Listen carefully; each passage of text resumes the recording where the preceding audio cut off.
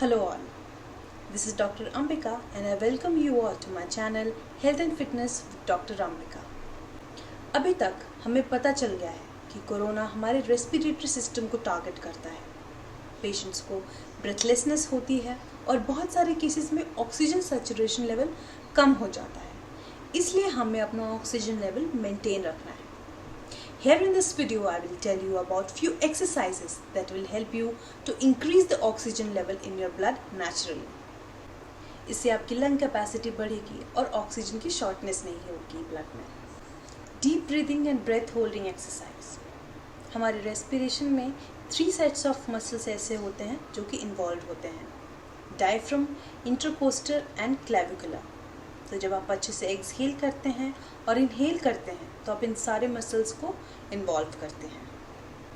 Practice breath holding exercise, also called kumbhaka in yoga. It opens up the alveoli unit and helps in increasing the oxygen absorption in the blood. In this, you inhale the air, hold the breath and then exhale. आपका breathing holding time कम से कम 25 second होना चाहिए। Kapalbhati. Take short breath using both nostrils and exhale sharply as you pull your navel towards your spine. The exhalation should be short and quick. The problem of heart blockage can be overcome by doing Kapalbhati, daily in the morning and evening. It calms the mind, relieves your thyroid problem. Anulom Vilom. Start by emptying all the air from your lungs. Using the thumb of your dominant hand, close the right nostril and breathe with the left. Now using the ring finger of the same hand to close the left nostril and breathe out with the right. Remember to breathe in into your stomach and not the chest when performing this exercise.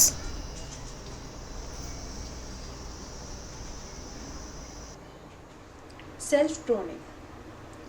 इस exercise में आपको पेट के बल लेटना है, लेकिन ध्यान रखना है कि पेट ना दबे, पेट का मूवमेंट ना रुके। पेट इसलिए नहीं दबना चाहिए क्योंकि चेस्ट और पेट के बीच में डायफ्राम होता है, उसका ब्रीदिंग में बहुत इम्पॉर्टेंट रोल होता है। तो अगर पेट दबा तो डायफ्राम का मूवमेंट अफेक्ट हो जाएगा। For this we keep 3 pillows. 1 pillow should come below the legs. The second pillow should come below pelvic region or the hip region. And here you have to keep 2 to 3 pillows so that there should be space between the stomach and the bed. The third pillow should come below your upper chest. It will support your upper chest. 2 से 3 घंटे आप इस position में लेटिए। आप notice करेंगे कि with in half an hour आपका oxygen level 5 से 10% बढ़ गया है। आप इस पोजीशन में ऐसे सर रख के लेट सकते हैं। इस पोजीशन को मकरासन कहते हैं योगा में। 2 से 3 घंटे बाद आप अपनी पोजीशन बदल लें और सारे पिलोज हटा लें। This was the first part of proning. अब बस एक पिलो सर के नीचे रखें और लेफ्ट लेटरल पोजीशन में लेट जाएं। इस पोजीशन को द्रदासन कहते हैं योगा में। ये आप 30 मिनट से 2 घंटे तक करें। ये एक साइंटिफिकली प्रूव्ड एक्सरसाइज है जिससे आपके ऑक्सीजन लेवल बढ़ सकता है और आप इसे घर पे बिना किसी इक्विपमेंट और बिना किसी एक्सपेंडिचर के आसानी से कर सकते हैं।